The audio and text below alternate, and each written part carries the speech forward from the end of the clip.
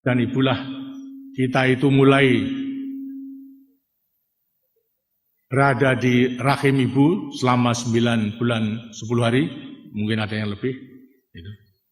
Di situ mulai daripada wujud janin yang belum berbentuk sampai kepada menjadi jabang bayi, prosesnya 9 bulan. Semua kita itu ngeringkel, mengerti enggak ngeringkel?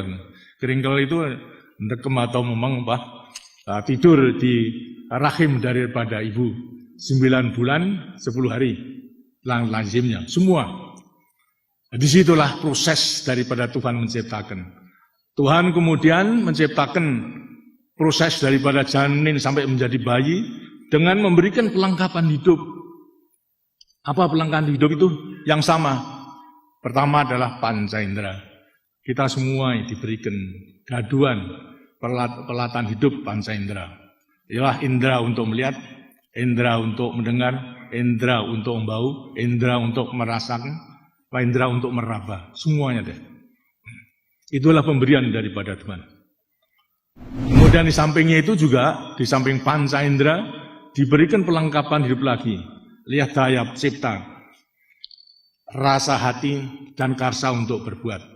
Dari perlengkapan hidup yang diberikan oleh Tuhan, mulai daripada di rahim daripada ibu, akan berfungsi setelah mereka akan meninggalkan rahim daripada ibu. Masuk dalam alam yang kedua, alam dunia, atau kemudian disebutkan alam madya.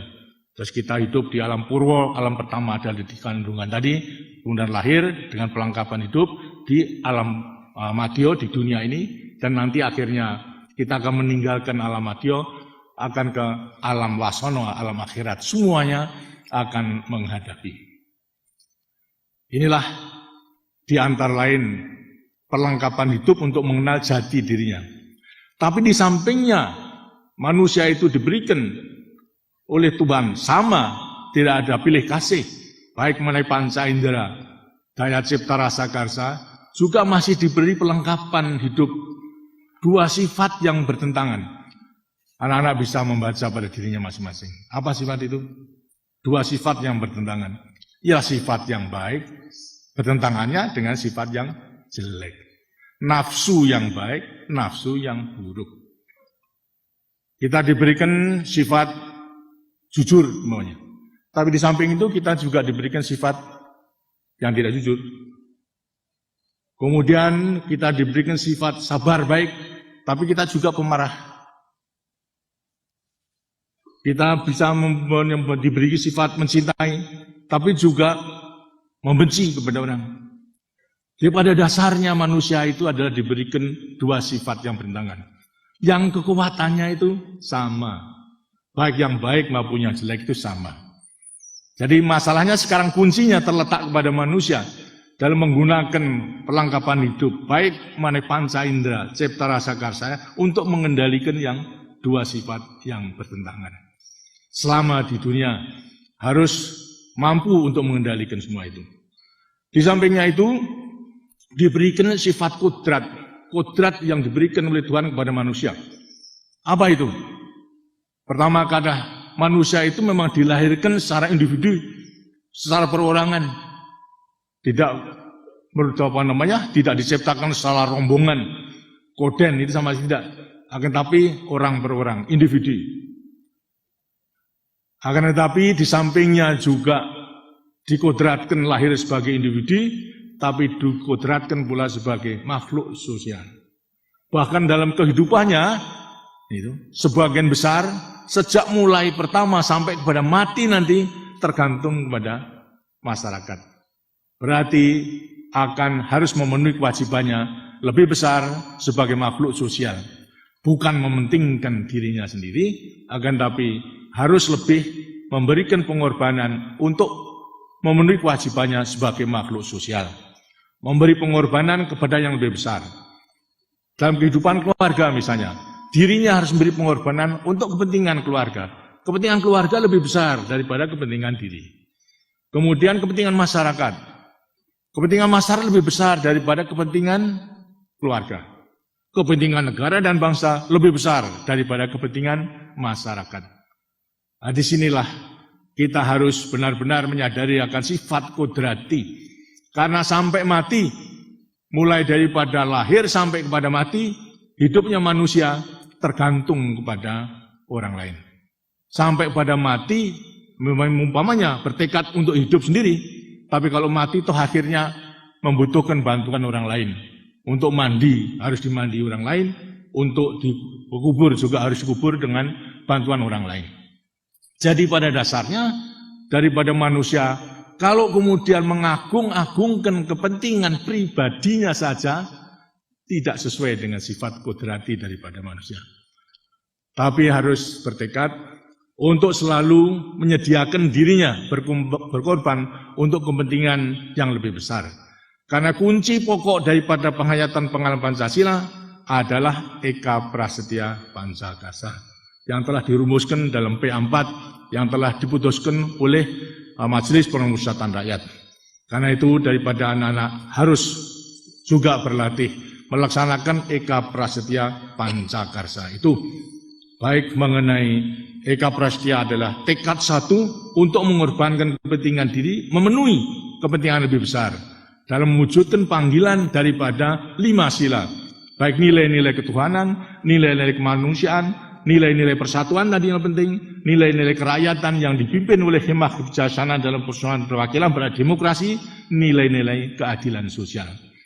Jadi para remaja hendaknya berpegang pada 3 hal tadi, persatuan, kemudianlah mengetahui daripada melaksanakan Tridharma dan kemudian melaksanakan Pancasila, mulai daripada mengenal jati dirinya maupun juga daripada sifat kodrati. Kalau itu bisa dilaksanakan, demokrasi yang ingin kita tegakkan, musyawarah mufakat, pasti akan bisa laksanakan. Karena mufakat didukung oleh pengorbanan daripada mereka yang lebih kecil daripada pendapat yang lebih besar. Kalau sekarang masih ada organisasi yang kemudian terus berceker-cekeran, itu berarti belum bisa melaksanakan demokrasi Pancasila. Karena golongan itu masih mempertahankan secara mutlak kependiriannya masing-masing. Apalagi golongan itu kecil. Itu dengan sihnya merupakan satu ukuran mereka belum benar-benar hanya menerima Pancasila, tapi penghayatan pengalaman Pancasila belum pula bisa dilaksanakan daripada semuanya. Jadi demokrasi yang ingin kita tegakkan bukan demokrasi separuh tambah satu, tapi demokrasi Pancasila ialah musyawarah mufakat. Kalau memang perlu, ya kita harus kaji dengan ukuran separuh tambah satu, berarti melibat pungutan. Tapi selama kita bisa menerapkan musyawarah mufakat, tidak perlu daripada pungutan itu. Tapi andai kata memerlukan pungutan, oke, itu bisa dilaksanakan. Bukan kita tabu akan ada pungutan, bisa dilaksanakan. Tapi kalau benar-benar kita menghayati dan mengenal Pancasila, maka tidak perlu daripada voting, pungutan suara, karena masalahnya adalah harus musyawarah, adu argumentasi, mana argumentasi yang paling baik yang menguntungkan bangsa kita, itulah yang harus dibenarkan. Maka yang kecil harus mengorbankan dirinya untuk dapat menyetujui pendapat yang lebih besar yang telah dinilai, itulah yang menguntungkan yang lebih besar. Bagi kita yang terbesar adalah kepentingan negara dan bangsa. Sekarang ini kepentingan pembangunan sebagai pengawalan Pancasila.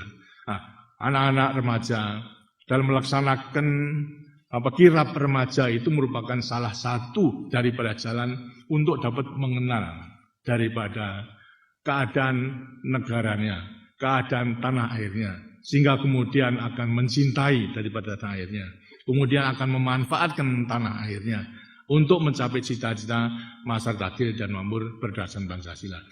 Sekembalinya anak-anak di tempatnya masing-masing, tadi 27 remaja yang dikirim kepada provinsi, artinya 26, yang satu tetap tinggal di tempat, ditambah satu lagi cadangan, lantas bisa kumpul untuk membuat suatu analisa mengenai gambaran keadaan daripada tanah airnya, sehingga akhirnya bisa meyakini akan keagungan daripada Tuhan Yang Maha Kuasa, daripada rahmat yang diberikan kepada bangsa Indonesia memiliki tanah air yang demikian potensial.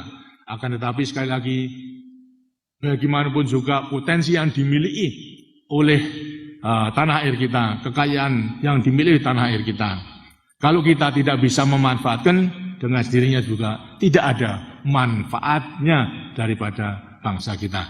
Karena itu pelajarilah terus, yang kemudian sumbangkan pikiran-pikiran yang baik bagi pertumbuhan remaja sampai kepada pemuda, pemuda dewasa menjadi pemimpin-pemimpin nanti di daerahnya masing-masing. Demikianlah mungkin bekal yang bisa saya berikan dalam para remaja mengembangkan dirinya dalam turut serta menyempurnakan dirinya sebagai komponen sumber daya manusia yang harus kita kembangkan.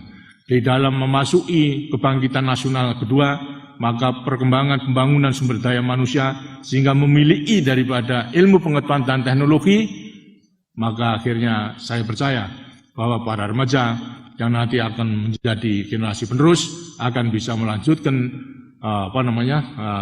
perjuangan kita untuk mencapai cita-cita perjuangan kita. Masyarakat adil dan makmur berdasarkan Pancasila, makmur dalam keadilan, adil dalam kemakmuran. Mudah-mudahan akan bisa dilaksanakan dan para remaja akan bisa menikmati daripada